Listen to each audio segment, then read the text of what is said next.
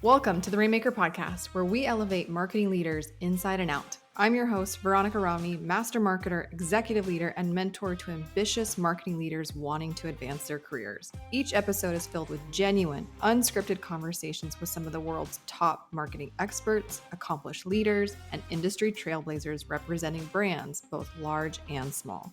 Our goal with this podcast and everything we do is to help you master your role, nurture your team, prioritize your well-being, and evolve into an industry-leading Rainmaker. This is the Rainmaker Podcast. Welcome back to the Rainmaker Podcast. Oh, I'm so excited. I'm so happy. Okay, so if you didn't know, we did a part 1 to this interview before. We had Mike and Nicole the Intern from the Best Marketing Strategy Ever, which was the social media account that blew up, went to like hundreds of thousands of followers within 6 months, got the attention of Gary Vee. We originally recorded it as a trio and Nicole's file didn't upload because of the internet. So thankfully, she came back. And now this is her interview, just the two of us talking about her story, how she came to be what we know her to be. And more importantly, she was able to tell us what was happening behind the scenes in her own personal identity changing, in just the mental load and weight of being known as Nicole the Intern and representing the Smash Army. There were certain things that were revealed on the podcast I had no idea that you would never know from just following the account. And I think more than anything, it's just a really honest conversation between two female professionals, just kind of getting into and talking about our mental health and talking about how we came up where certain things were stigmas and certain things were not. And it's just really cool to have had a really honest conversation with somebody who is still very much in the thick of this lightning in a bottle moment. And that's what you're about to listen to on this podcast. And so please welcome back Nicole the Intern. Nicole, welcome back to the Rainmaker Podcast. Yes, I'm so excited to be here. We're running it back. I know, I'm really...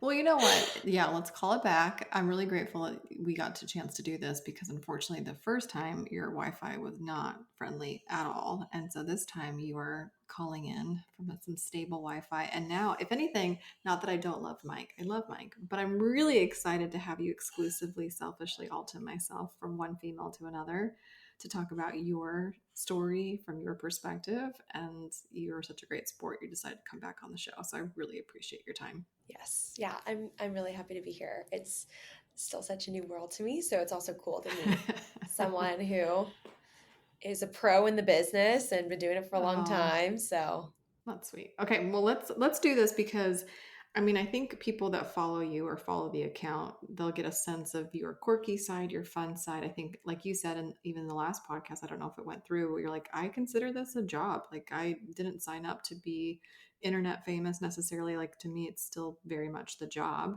But I want people to get a sense of Nicole that we don't know from just the Instagram account. Like when I found out about your beauty contest, like the internship and how you landed it, like it's just wild. And so can we run it back? You weren't born a marketer. How the hell did we get here? Tell us. So I graduated at Texas Tech University, go Red Raiders, for all my Raiders out there, in 2022. And knew I wanted to go into sales. I'm so extroverted. I'm so people oriented. So I took a job as an IT recruiter in Houston, Texas. Did that for a year. I was given great advice by a mentor of mine that said, whatever you do, do not quit your first job out of college without staying there for a year. Oh, wow. And I took that and ran with it because I hated that job. I wanted to quit after 2 months. But I stuck with it and I learned a lot and of things that I liked, didn't like. But after a year, I said, okay, it's my time to go. And I actually had another job lined up. So I'd put my 2 weeks in and I quit the recruiting job and all was well. And then all of a sudden, this new job falls through. So I had no job. And I was also didn't have an apartment. So I was transitioning where I was living as well. Oh, no. And I basically was like, crap, this sucks. So I start frantically searching. I was like, I'll take anything I can get. And reached out to all my network. I spent my whole days on LinkedIn trying to find anything. And simultaneously, I had also just started a year of no drinking. on May 20th. You did personally? Personally. Oh, interesting. Yes. Okay. 2023 last year, kind of its own story there, but just felt like that was the best thing that I could do for my life and my goals that I had. And I've also just always really been into health and wellness. So I come across this woman named Christina Roth on LinkedIn. I Google her. I find her on Forbes. I'm like, oh, badass. That's awesome. Yeah. And crazy enough, I actually had a connection with her. So I got her phone number, called her. Whoa. We had an intro call, and I learned all about this new endeavor that she had taken on of starting mixology and her passion for non-alcoholic and why that's important to her. And I loved it. And I was like, I want to work for you. And she said, unfortunately, we don't have the budget or the time to either give you a job or train you. There's nothing for you. And I said, okay, I understand. But I was like, I'm just going to keep trying until she says yes. So for about 4 or 5 weeks, end of July to August, basically all of August, I called her pretty much every week. And I said, I will do anything. At one point I was like, I'll work for free. I'll be your intern. Because at that point I had found another little side gig. So I was okay financially. I just was really excited about this. It was something I wanted to be a part of. And so finally, after I was just a pesky little bug for so long, I think she was like, fine, you can be an intern. And so she let me work for her, which okay, hold on. awesome. Hold on. I have so many questions. Like, first of all, this is like a modern day pursuit of happiness. Like, instead of Will Smith, taking on this gamble and him and his little boy locked in a bathroom, you're just like this brand new college graduate out on the scene trying to basically start making money and start paying your way forward. And you personally have a new value in your life of like sobriety, or at least just like, I mean, to your point, right? Like, that's the story in and of itself, but just, hey, I want to get healthier. And part of that health journey is not partaking in alcohol, right? Then you come across this woman, female to female, you're inspired by her. And then, but what's so cool about you, you're gutsy. You like get this woman's number, you call her up, and then you don't take no for an answer again and again and again. Like, that's so cool. And you've always been like this. Like, this is your nature. No one nurtured you into this, like, just the gumption that you have to, like, pursue the things that you want. Yeah, actually, for all my middle children out there, I identify very strongly. I have 4 sisters, and I grew up in a very conservative household. We were all homeschooled. And it was so funny. I always joke that as a teen, I didn't rebel by going to parties or drugs or alcohol. I rebelled because I wanted to wear shorts that were a few inches shorter than what my mom wanted. And I have this distinct memory of, I'm so stubborn. I'm just so strong-willed. It was a constant battle between us. And she was like, your shorts have to be mid-thigh. And I was like, that's not cute. No other girl has those shorts. And so finally I put on a pair that I had bought that were the length I wanted. And she said, you can't go anywhere until you take those off. And so I stayed in the house. And I wore the shorts for like 3 days. In your own house? Yes. Like, well, then watch me. Like, fine. Oh my gosh. So I think right away, my 2 older sisters were just easy breezy children, and they followed all the rules and did all the things. And then I came along and I was like, no, what if we didn't do that? Or just very different than my parents. Okay. So here you are now, you've worked your way in by not taking no for an answer. You're now working at this company that nobody can pronounce. It's a really cute concept, but at the same time, I can see when you see it on a piece of paper, like, how do I say this? But you're working there as an intern, paid intern or non-paid? Like, how lowly are we talking here? Not as lowly as unpaid. Okay. It was $15 an hour is what I started off at. Sure. Okay. Yes. But still, so yeah, we're not illegal here, but we are we're here. Okay. So then you start, and then how long did it take between starting and smashing a can? Like, because this is what I was kind of in awe of the story when we first got on with Mike, is like, this, your company is going through insane transformation in such an accelerated period of time. Like, by the time we air this episode, who the hell knows what you guys are doing next? Like, it's wild. So when you started as an intern and when you smashed that first can, how much time in between? August to April. Okay. Okay. So not even a year in. And what are you between the smashing of the can, which is what obviously I know you from? I think all of us know you from. What are you doing behind the scenes in that time period? Like, just give me a sense of what your responsibilities were, what you were learning. Like, how were you developing as a rainmaker yourself? Totally. Kind of everything, honestly. There was True intern. yeah, a former employee who used to work for us that I don't even know what his capacity was, but he was helping build the Amazon account. He was dealing with ShipBob, so all of the logistics and distribution. So he trained me on all of that. He trained me on our e-commerce site, so Shopify, and then all of the Mm-hmm. various storefronts like Canal, Caro, Mm-hmm. and customer service. Dealt with how to deal with issues and help people fix the problems that they had. And then TikTok. So that's kind of how Mm. I think gave Christina some validation in my worth. I was like, okay, if you hire me, I'll start making TikTok videos, because at that point she had nothing. Okay. She didn't have anyone making any content. So I, with my very limited information and knowledge, I just started making TikTok videos on her account, and I would spoof off of trends. I would Sure. do little skits. I kind of just did anything that I thought of. So I did all of those things from during that time period from August Okay. to April. Now, here's my question, because, like, one thing is to gain traction on social media, another thing is for that to translate into sales and actual revenue for the company.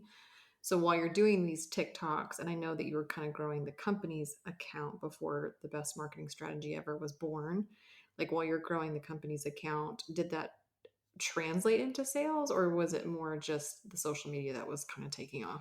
The TikToks that I was making? Yeah. Oh Mm-hmm. The no. TikToks. No. Yeah. TikTok is Okay. just a beast. My gosh. Takes and takes and takes. Yeah, Yeah. I don't know. I mean, my personal account was does better than what I was making on our Yeah. business one.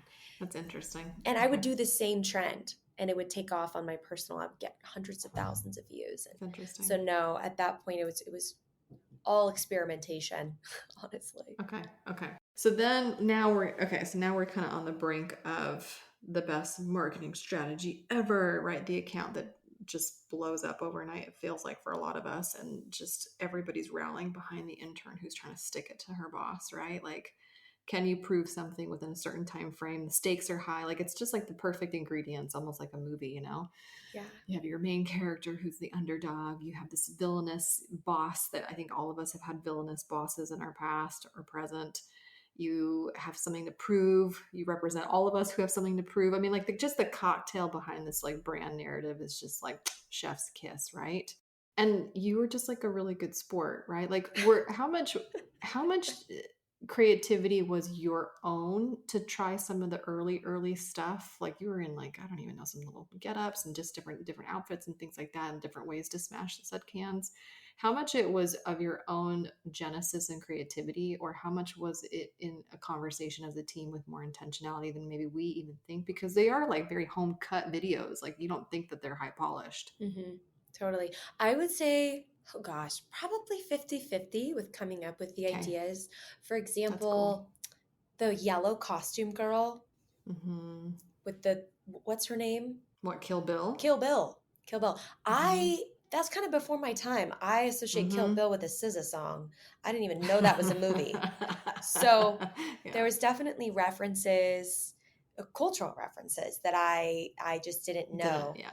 But then in terms of, we would split coming up with these ideas, but then in terms of execution, it Hmm. was I thought of how the On your skit own. would go, and I was like, here's what we're going to do, here's how we're going to film it. So I was the one that implemented the ideas that Got we it. had up That's really until cool. day 33, 34. That's really cool.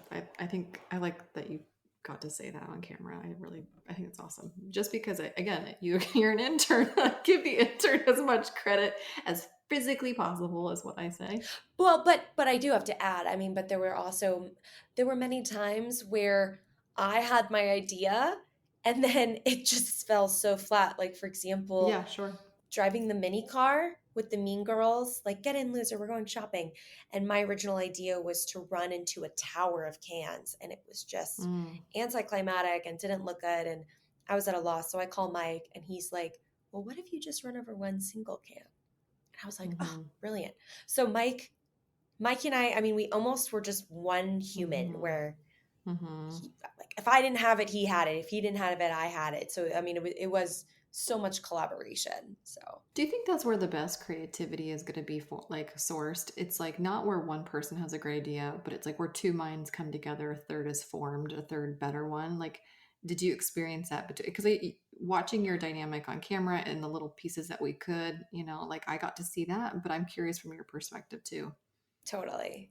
No, 100%. And actually, at the very beginning of the campaign, when it really started to take off, at this point, I didn't know Mike from Adam. I mean, he was this random guy that Christina's like, he's our new CMO.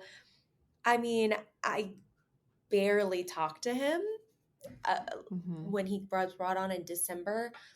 And we started talking more January, February, March. And then in April, we're talking like 6 hours a day. And he just was like, Nicole, I know you don't know me very well, but for this to work, you have to trust me. And I know that's hard because we really kind of just met, and all of a sudden this crazy thing is happening, but we have to lean on each other and we have to communicate. And so I took that really seriously, and I was like, yeah, that makes sense. And so I just leaned into it, and I really did just trust him throughout the entire process, and still now. That's crazy. That's awesome. That's really cool. That's really cool that the invitation was given and the invitation was accepted, right? You don't always hear that, I think, especially because he's the villainous character in the early stages. So like it's really fun to actually know that like behind the scenes, you guys got closer and closer in this like professional relationship that produced such great results. But on camera and what we saw was like, oh no, this is, the tension is mounting. She's gonna do it. She's gonna stick it to the man. Okay, I have a question more, I think, on the psychological front, because as it's taking off, taking off, like people are invested, people are coming back, like the comments are building, the views are everything's building. Psychologically, what did that do for you? Like, I know that you did your job, but come on, too, though. Like, how did it not play into your sense of self identity? How did it not like affect you as well? Because you're still on camera, it's your face. Yeah. I mean, if I'm going to be honest, it was pretty upsetting. Okay. Tell me. I was pretty upset about it. And that's where a lot of the trust had to come into play. It was so obviously a joke, and it was so harmless and random. And Mike and I are, he's like, yeah, just go get a bat and smash. And I'm like, okay. And we're just laughing. Okay. And then all of a sudden, I'm this hero, and these people are making me out to be someone that I was not. And I am not. I wasn't fighting a battle against my boss. Yeah. And I would say I do have a very strong conscience. My parents just instilled that in me, and I just can't, like if there's a sign that says don't walk on the grass, like you best believe I'm going to walk around it, because I just that's how I'm programmed. And it was just really hard. I felt like I was getting undue credit. I felt like we weren't being honest.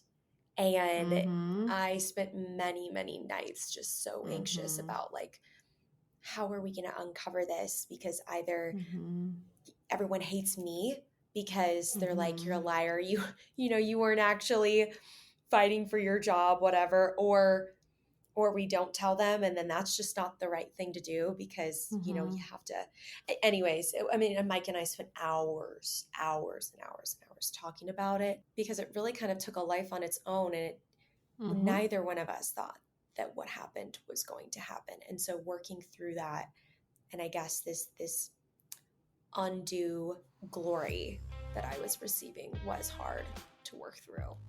Hey Rainmakers, it's Veronica, and we'll get back to today's episode. But before that, I have an exciting invitation for all of you aspiring, ambitious marketing leaders. If you are serious about advancing your career in marketing and you're looking for an expert to give you some personal insights, guidance, tips, then I'm going to invite you to schedule a free Pathway to Promotion call with me. This is a special one-on-one call with just you and me to discuss your current roadblocks in your career, your long-term aspirations and ambition, and the next best step for you and your personal promotion. Head to pathwaycall.com or click the link in my show notes to schedule your free Pathway to Promotion call. Now back to today's episode. It's really interesting. I'm somebody that identifies as an individual with pretty tight values. I know everybody has values. No one, like, we're all good people, but like integrity, I live it a little bit deeper than I think a lot. And I was raised by Cuban immigrant parents that like literally escaped communism. So like there's just, like you said, there's just certain things that are going to be baked in out the womb in how I was made, and certainly probably how you were raised too. And so, correct me if I'm wrong, because I stalked you guys, so I feel like I know the history, but also I'm loving the behind the scenes also version of this as well. There did come a point where it kind of came to a head where people were like, no, they trademarked the new company name before the people chose it, so it was already preordained or destined. They were you were leading people just to validate the thing you've already decided. Like, wasn't there a little bit? I don't want to use the word backlash, but there was a little bit where people were like, hey, they were aware that the story wasn't the story. Mm-hmm. How did that for you? It's not like, not that I don't care about the impact of the company, but I'm also really interested in the impact on you, the individual. I remember the big unveiling. And then that obviously it brought forth a lot of different emotions I would imagine from people. I don't really remember there being a time before that, honestly, where maybe there was a comment or two, but I don't remember it being enough to really feel any type of rock the way, boat. about it.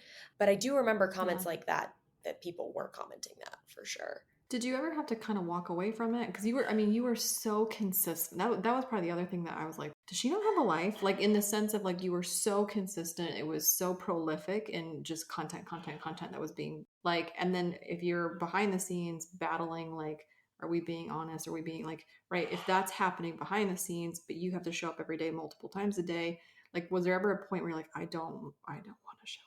I don't want to do this. Or like you needed to take a mental break? Yeah. Oh yeah. Oh yeah.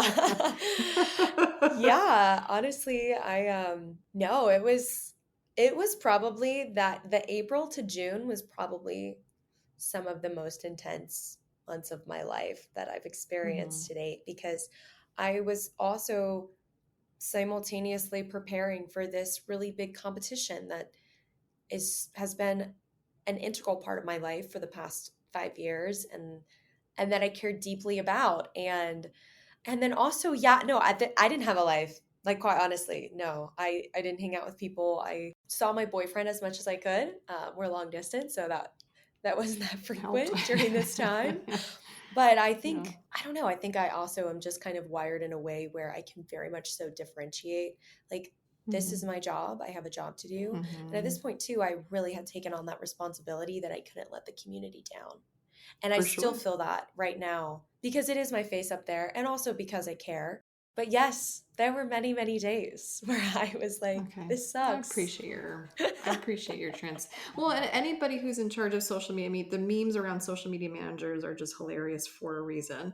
Anybody who's in any type of content creator role, there's the content creator fatigue, there's the burnout. Like, all of those things are true, and we talk a lot about it on the show. You can hear about it wherever people, content creators quitting because they can't do it anymore. So like, you're such a young professional, young in age, but young also, like, I just, in coming up, like, you just recently graduated not that long ago. And so like, to have this level of visibility and to have the mantle of the community, it's a lot to impose on anybody at any season of life, let alone yours. And then just correct me if I'm wrong, when you say you were also preparing for this personal competition, is this the beauty pageantry? Okay, because I don't want Yes. to get that wrong, but that was the other thing. Like, wait, she was doing that too at the same time? Because I have friends who've competed in fitness model competitions or whatever, and it is all out, all in. Like, I recently had a friend who won Miss Oregon, and so like just watching her go and compete, I mean, it was just the time commitment, the cost, the mental burden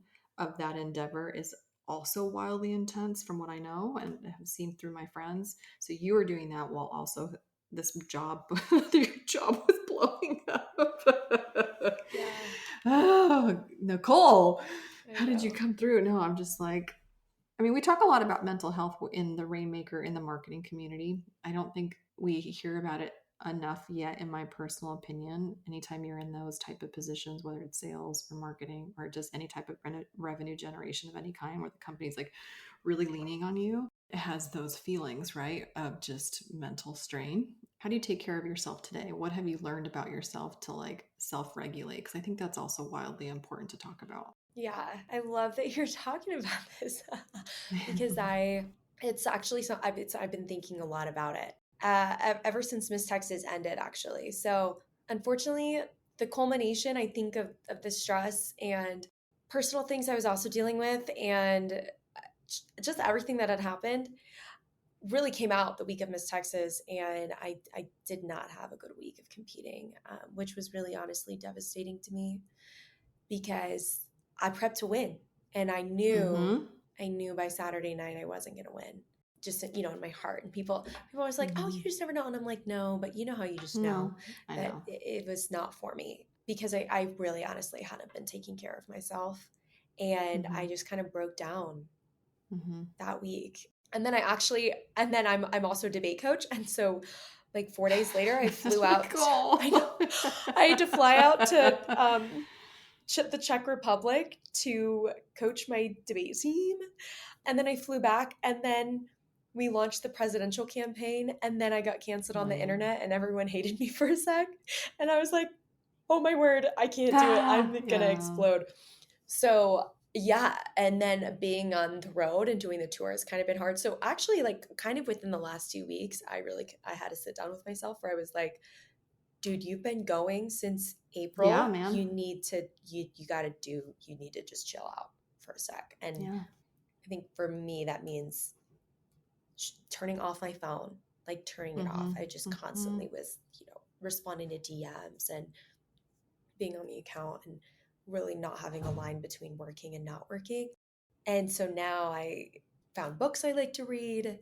Good. I plan trips with friends, or Good. I just force myself to just sit because I probably people listening to this podcast that are just go getters and they can relate. Like if am not doing something for more than an hour, I feel like I'm in the wrong. Just the Oh idea yeah. of relaxing. Well, So so I'm a marketer. I've been a marketer for, I don't want to date myself because I'm trying to, forever 29. But I've been doing this for like 17 years. wow, And then my husband's a VP of sales at like a software company where they just crossed 100 million, right? wow, And like trying to go to 300 million, which is a different juggernaut in and of itself. I mentor a ton of marketers, right? And so like this is a conversation we're having all the time. We openly talk about therapy. We openly talk about burnout. We openly talk about a number of things, different hacks. We have a holistic integration coach within our programs who literally only specializes in this thing because it's so real. And especially if you have any type of neurodivergency, where most creatives do have a form of like ADHD or whatever. That's why they're so freaking good. It's even harder for them and the brain, the way that it's wired to also like be unproductive and like anyways they lose track of time and things like that we talk about all the time. But like I had a friend recently, I hung out with her.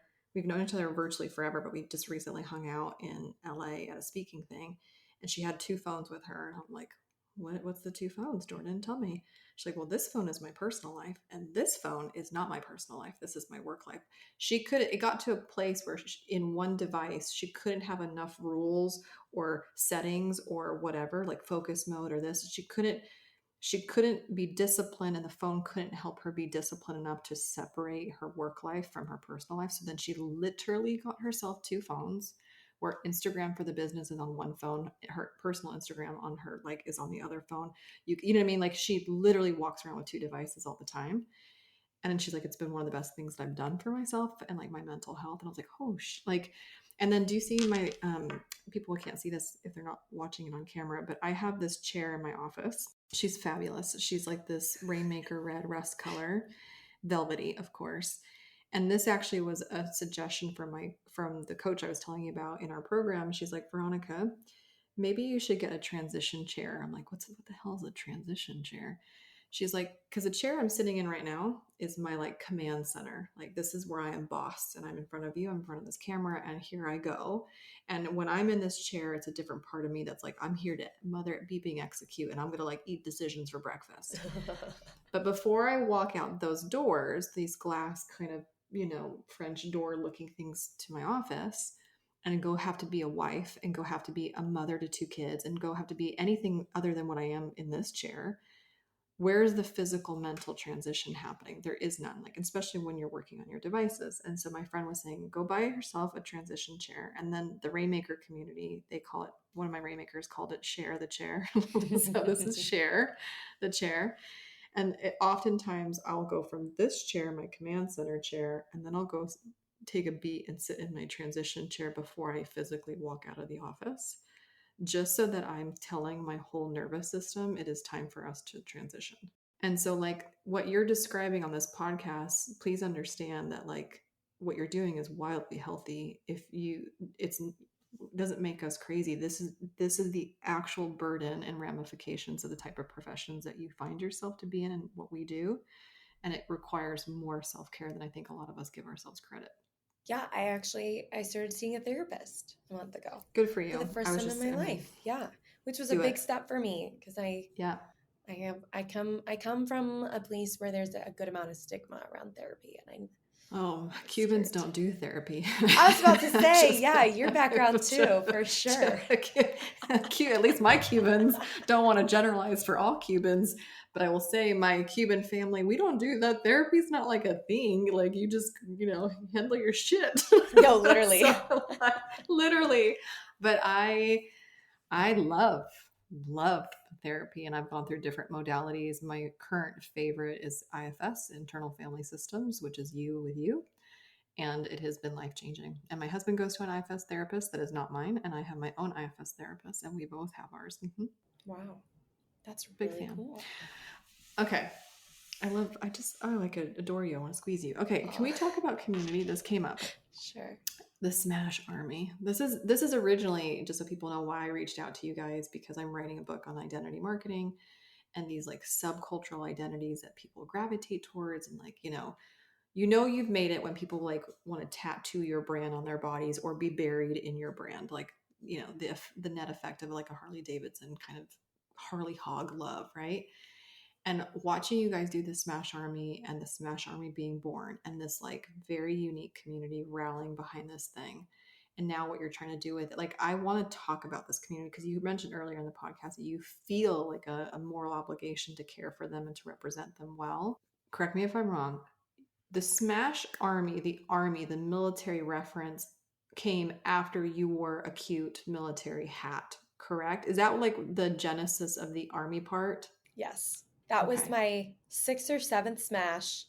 Right. Yeah. And I remember I was like, Mike, what if I go get an Army helmet and I pretend to throw a can, but it's a grenade? Yeah. And then I'm like, Nicole the Intern over and out. And so we did that. It was so low budget. I go back and look at those first ones and I'm like, oh my gosh, that's so bad. That's what made it good. But yeah, that's where it came from. And then okay. I think, yeah, and we coined the term, and then they latched on, and they were like, Smash Army.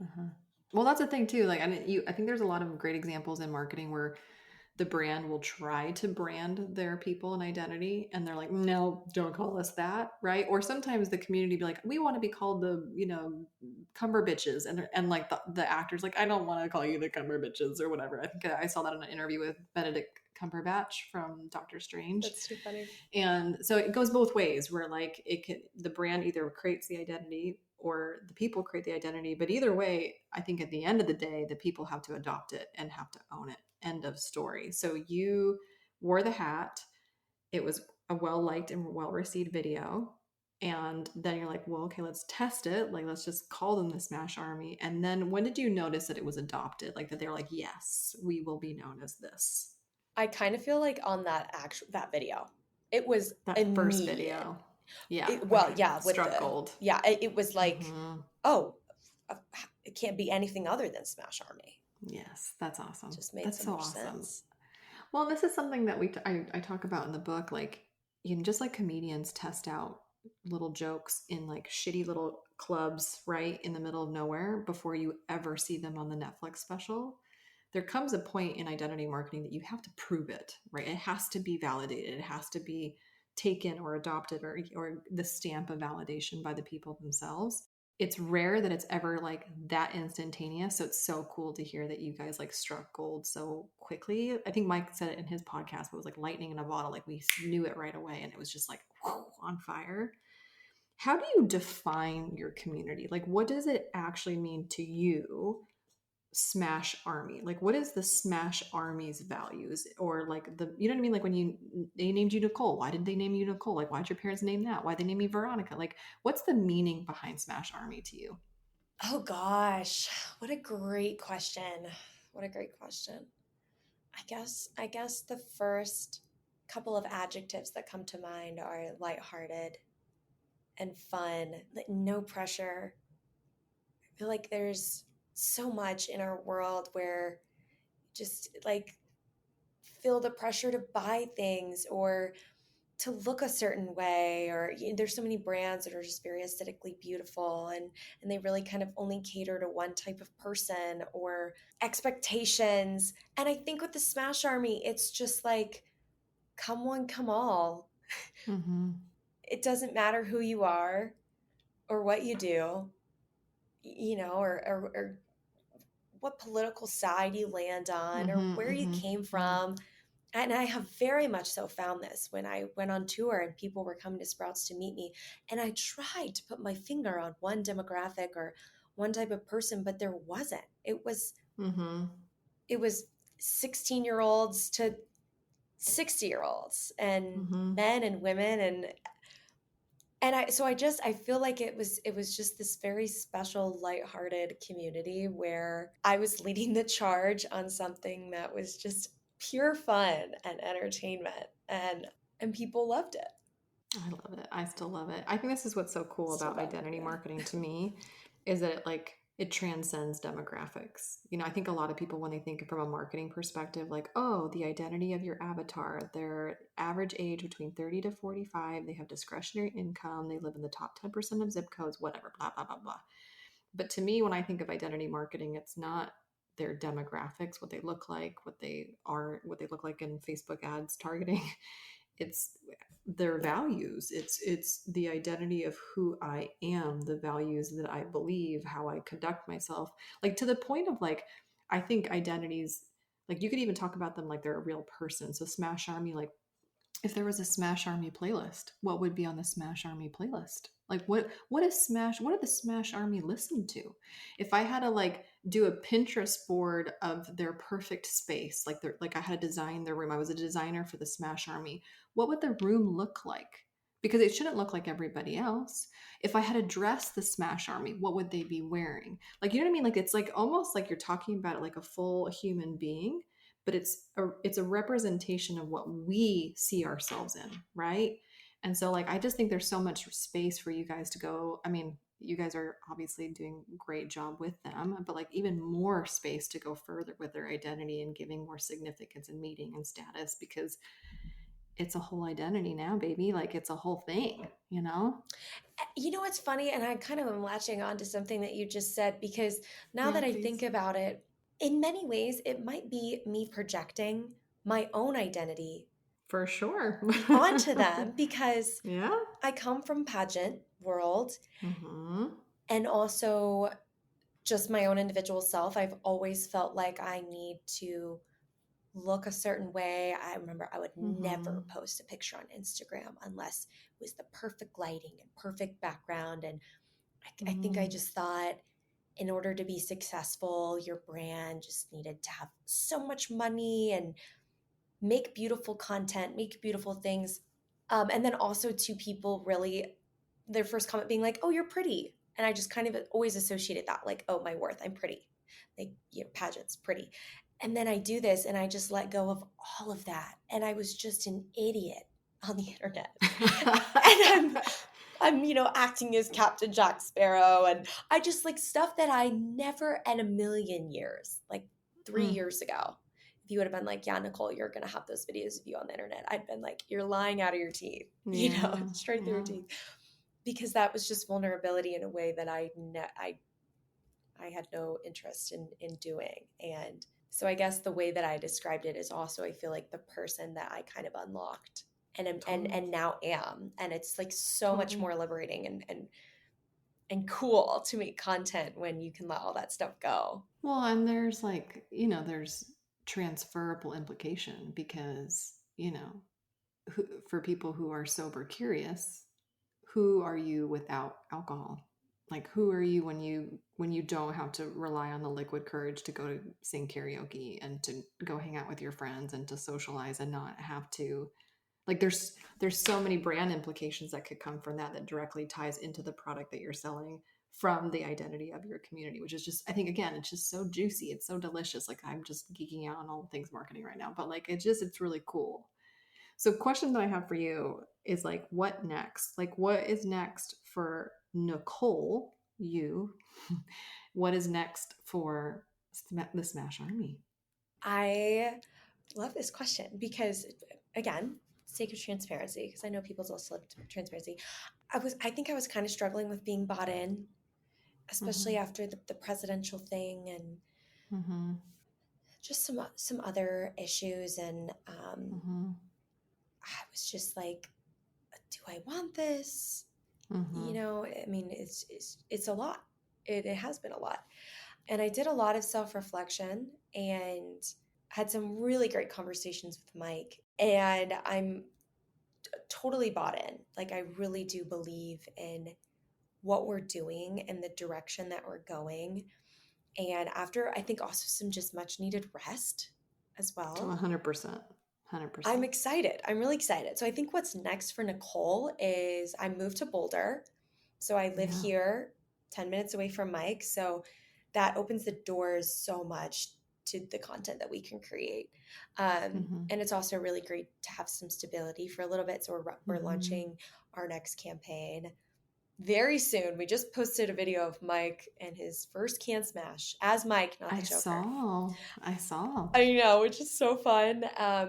So I think for the Smash Army, I'm just excited. I was brainstorming ideas and coming up with the game plan. And I'm just giggling and laughing in this coffee shop because the ideas I was coming up with were so fun and kind of unhinged. And I think they're gonna love it. It is hilarious. And it's gonna be really fun. So I'm excited. Cool. That's really cool. Yeah. I'm cool. I'm happy for you. I told you before we turn on the camera, I'm like, yeah, you remind me of like Emily in Paris. Like, yeah. But like Emily, but like Nicole in Boulder. Like, like you're taking this new chapter in your life and this new place. And, going even further into the company, going further into this movement, this community, this identity, the Smash Army and all that it represents. And like, it's gonna be, I just have to tell you, like, I'm probably one of your number one fans. I want to be like front row to all the concerts. Nice. I want the swag, give me the merch. Like, and I don't actually personally drink. I haven't drank anything since I was 17, which is actually technically illegal. So like, I shouldn't have even admitted that, but like I don't drink. And so in a personal value, like, I think it's really cool what you guys are doing just in my own, how I conduct my personal life. But I'm in awe of you and what you've achieved thus far. I know that you are uncomfortable with too much credit or credit that's not fully whatever. I get that. But I also do believe in giving somebody their flowers. And more than just your achievements in social media numbers, I think what I really actually want to give you flowers in is your personal growth as a young professional, as a young woman. I want to give you your flowers in seeking out help in the form of therapy or friends or social equity or what. I mean, like, just that alone is such a big deal. And I know that there's a lot of stigma around that, but I genuinely think everybody should be in therapy. Like, I really actually believe that with all of my heart. For sure. It is one of the healthiest things that you can do is go talk to somebody about how you feel and how you internalize and how you process things and carry weight and burden and stress. And so I'm just really proud of you for your personal growth and you evolving your own identity from being the pretty one. Let's be honest, right? Like you're so much more than it's what I tell marketers, like you're so much more than your achievements. And in the beauty world, like you're so much more than just your beauty. Like that doesn't make Nicole, right? And so I'm just really proud of you, and I'm really grateful that you came back on this podcast to tell your story. Yes, no, thank you. And it's so fun. I am always so hesitant to reflect too much on the past and the good things that we've done. And I always try and catch myself of, oh, the first campaign, because I'm like, girl, we're moving on. Like Yeah. and Mike and I both try and do that, where it's like, it's only up from here. I mean, it's still an uphill battle because we're still a startup. And yes, I mean, the new campaign where we have to get a dollar amount from investors is so real. I mean, it is like what we need to do as a business. And so it's a fine line to walk, between patting yourself on the back and like, yeah, that was really good. You did a really good job. And then also just moving forward. And I think I tend to move forward a little bit more. So it is nice to sit here for a sec in my afternoon and be like, yeah, that was cool. And it was hard. And I got through it and I did a great job. And, give yourself some recognition. So I appreciate you. It's a little cathartic for me to. Good. It's funny. I remember a good friend of mine who's much better at this than I am. She's like, when somebody gives you a compliment, just say, I receive that. I'm like, oh, I'm like, what? And so, yeah, there literally is an art, a skill in receiving kindness, words of affirmation, your flowers, and be like, I believe that to be true too. Like I did do a freaking hard thing, and Nicole can do hard things, and that is part of who I am, and that's going to stay with me forever. And I have now countless receipts of that, which is so cool, right? Like I call it a sunshine folder when clients will give me like positive words of affirmation, testimonials, or like my team will be like, I just love you. I'm like, I love you too, right? Like when I have these collective moments, I kind of store them or save them in like a digital sunshine folder of some kind. And so when I'm having those really like breakdowny type of moments where I'm like, what the hell am I doing in my life and my career? It's nice to kind of have that folder that I can kind of just nestle in, because sometimes you need it too. So, okay, Nicole, I could keep you on forever, but I won't. I know you need to go back to your job in life, but I just want to, again, just profusely thank you for your vulnerability, for your time, for coming back on the podcast and just telling your story. You're welcome. Thank you. I appreciate it. It's an honor. Thank you for joining us on today's Rainmaker podcast. Marketers help other marketers. So if there's a marketer in your life who could really use a new perspective in a way that helps them advance their career, please pass this episode forward, share, leave us a review. Everything helps as we embark on helping as many marketers elevate themselves inside and out.